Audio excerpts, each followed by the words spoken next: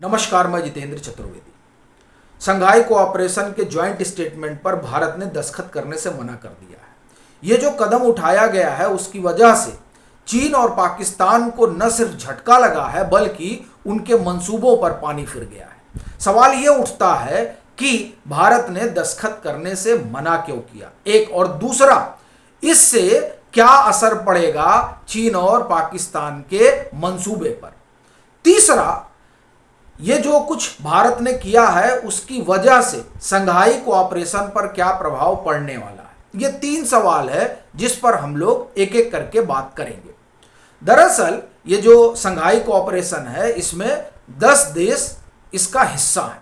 2001 में ये बना और इसी की बैठक चीन में हुई जिसमें सभी जो 10 सदस्य देश है उनके रक्षा मंत्रियों ने हिस्सा लिया। थीम क्या थी कि जो क्षेत्रीय और अंतर्राष्ट्रीय स्तर पर सुरक्षा को लेकर बात करनी थी। भारत तैयारी के साथ गया हुआ था, चूंकि अभी पहलगाम हुआ है, ऑपरेशन सिंदूर हुआ है और फिर भारत एक लंबे समय से आतंकवाद को झेल रहा है। वैसे भी अगर आप अंतर्राष्ट्रीय स्तर पर बात करें तो जो सबसे बड़ी चुनौती है वो आतंकवादी है और क्षेत्रीय स्तर पर भी यही जो है एक सबसे बड़ी बात निकल कर आती है। तो इसलिए भारत का अपना कंसर्न ये रहा कि जब हम शंघाई कोऑपरेशन के मंच पर बैठेंगे और सुरक्षा पर बात करेंगे तो वहाँ आतंकवाद की भी चर्चा होगी और जब आतंकवाद की चर्चा होगी तो उसमें पाकिस्तान द्वारा प्रायोजित आतंकवाद की चर्चा होगी, क्योंकि भारत तो सबसे ज़्यादा पीड़ित उसी से है। और ये जो समूह है शंघाई कोऑपरेशन, इसका सदस्य जो है पाकिस्तान है, तो जो सदस्य देश हैं वो जो है पाकिस्तान को फटकारेंगे, समझाएंगे। और चूंकि चीन में हो रहा है तो यानी चीन होस्ट कर रहा है, चीन की अध्यक्षता में है, तो चीन जो है वो पाकिस्तान को कहेगा कि इस तरह का काम धाम आपको नहीं करना चाहिए। और फिर जो ज्वाइंट स्टेटमेंट आएगा उस ज्वाइंट स्टेटमेंट में भारत की चिंताओं का ध्यान रखा जाएगा। लेकिन साहब हुआ क्या कि जब ज्वाइंट स्टेटमेंट आया तो उसमें भारत की चिंताओं का ध्यान नहीं रखा गया। उसमें पहलगाम में हुए आतंकी हमले पर कोई बात नहीं हुई, वह भी तब जबकि 26 मासूम लोगों ने उसमें अपनी जान गंवाई। इतना ही नहीं, देखिए जो पाकिस्तान कर रहा है, जो आप एक तरह से कहें कि आतंकवाद को लेकर, वो जिस तरह से इन आतंकवादियों को पनाह दे रहा है, पाल पोस रहा है, उनके लिए तमाम सारी चीज़ें मुहैया करा रहा है, उस बाबत दस्तावेज रखे गए शंघाई कोऑपरेशन के मंच पर। बाकायदे पूरा लेखा जोखा लेकर भारत गया था उस मंच पर। देखिए खबर क्या है, intelligence dossier satellite proof shared, India had in advance shared intelligence dossier and satellite imagery with Shanghai Cooperation members, providing hard evidence of Pakistan involvement in cross-border terrorism. These include updates on terror camps in Pakistan occupied Kashmir and proof of state जो लश्कर तोयबा और जैसे मोहम्मद जैसे group को आप कहें पनाह दे रहा है, इस बाबत भी शंघाई कोऑपरेशन के मंच पर दस्तावेज रखे गए। यानी जो उपग्रहीय चित्र है जिसे आप सैटेलाइट इमेज कहते हैं वो दिया गया, यानी पूरे दस्तावेज रखे गए वहां पर कि किस तरह से पाकिस्तान जो है वो आतंकवाद को पाल पोस रहा है। लेकिन साहब इस पर कान नहीं दिया गया और इस पूरे आप कहें कि जो कुछ भारत ने दस्तावेज रखे उसको, पहलगाम को, किसी भी चीज को जो ज्वाइंट स्टेटमेंट आया उसका हिस्सा नहीं बनाया गया। यानी जो शंघाई कोऑपरेशन के आप एक तरह से कहें कि सदस्य देश हैं उसमें भारत भी शुमार है, तो भारत की चिंताओं को दरकिनार करते हुए ज्वाइंट स्टेटमेंट जारी किया गया। और वो जो जारी किया गया, हमने कहा मतलब ज्वाइंट स्टेटमेंट आया तो जब भारत ने ये देखा कि हम जितनी चिंता उठा रहे हैं उस चिंता पर कोई ध्यान नहीं दिया जा रहा है, तो भारत ने दस्तखत करने से इनकार कर दिया। तो क्यों किया? क्योंकि भारत की चिंताओं का ध्यान नहीं रखा गया।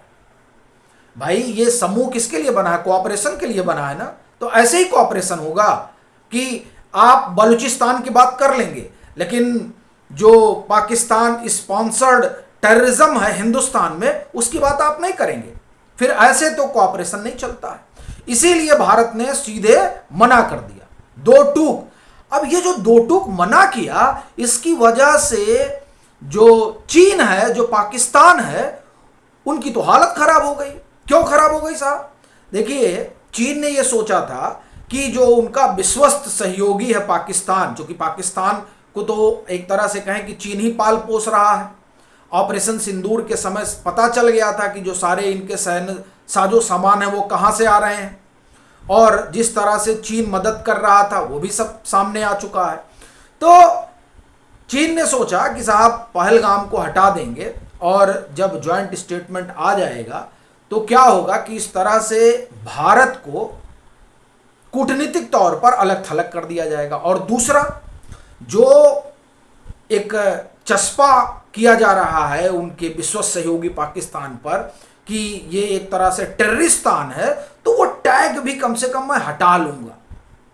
ये दो उनके मंसूबे थे, एक भारत को अलग थलग करना, और दूसरा पाकिस्तान के ऊपर जो टेररिस्तान का टैग लगा हुआ है उसको हटा दिया जाएगा। कम से कम इस मंच पर तो हटा ही देंगे, क्योंकि बलूचिस्तान की बात कर रहे हैं लेकिन पहलगाम की बात नहीं कर रहे हैं। ठीक, तो जब भारत ने दस्तखत करने से मना कर दिया तो चीन के ये दोनों मंसूबे फेल हो गए।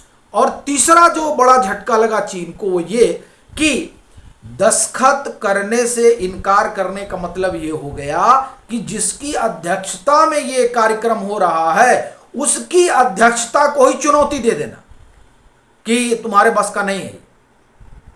अब लीजिए, यानी चीन के आप एक तरह से कहें कि नेतृत्व पे न सिर्फ सवाल उठा देना बल्कि उसकी साख को कटघरे में खड़ा कर देना है, ये जो भारत ने किया है।